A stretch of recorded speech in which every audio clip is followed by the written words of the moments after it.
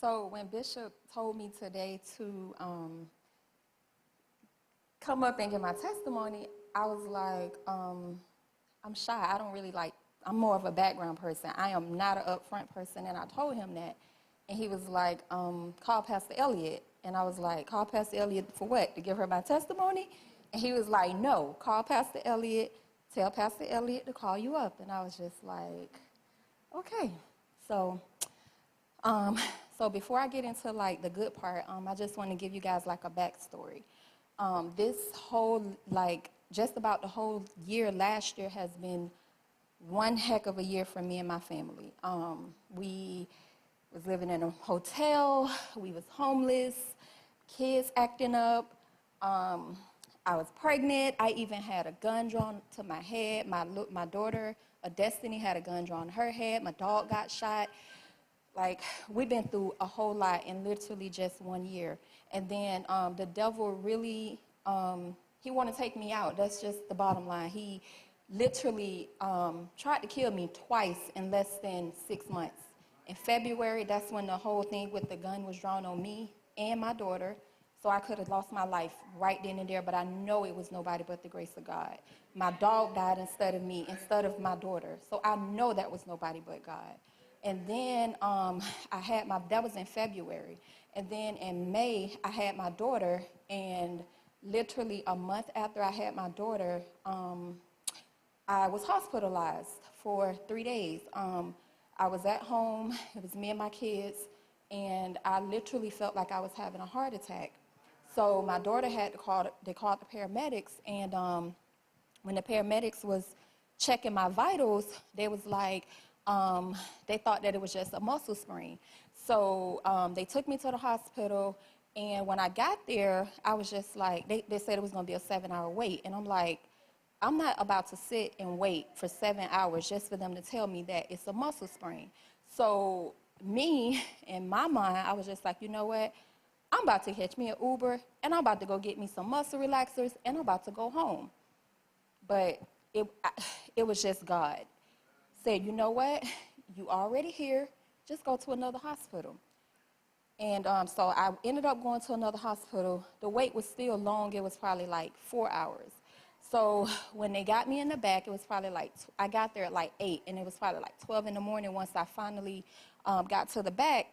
And when I get to the back, like 12 in the morning, the doctor checked me, everything on the outside, everything looked good.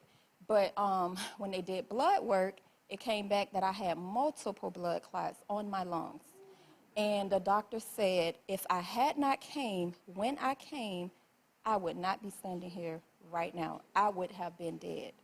So that's less than 6 months. The devil has really been trying to take me out. So while I was in the hospital, because I had just had my baby, I didn't have a job. So while I was in the hospital, I literally got a call from this company, and I did the interview from the hospital bed. I got out of the hospital, discharged, left the hospital. I didn't even go home. I left the hospital, and I went to do a drug test for this job. And I started work the next week, and that was like a month after I had my baby. So when I started this job, it was a temp to hire job. So I've been working it, and it's been since June. I got a call today from my supervisor, and my supervisor don't normally call me. So when she called me, I thought I was in trouble. And she said, Stephanie, you can expect a call from HR. So I got kind of nervous because I'm like, okay. So when they called me to tell me that they was offering me a permanent position.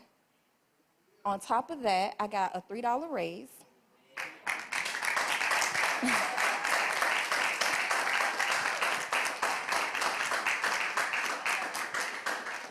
So I got a $3 raise. I got really good benefits, 15 paid holidays off, 25 vacation days, medical, dental, vision, 401k, like amazing.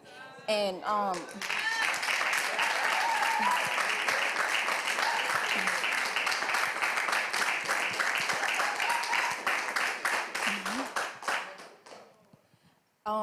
even though I was going through what I was going through all last year, like, I try not to look like what I'm going through, so some of y'all probably didn't even know that I was going through.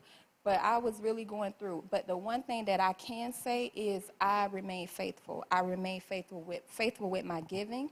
I remain faithful with my tithes. I didn't even have a job. I was pregnant, homeless, but I still managed to pay tithes. I still managed to get to church. I didn't even have a car, and I still don't have a car.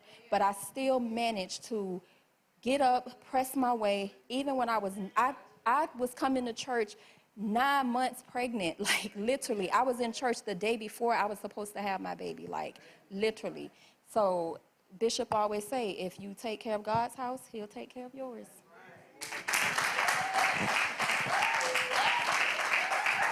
Amen.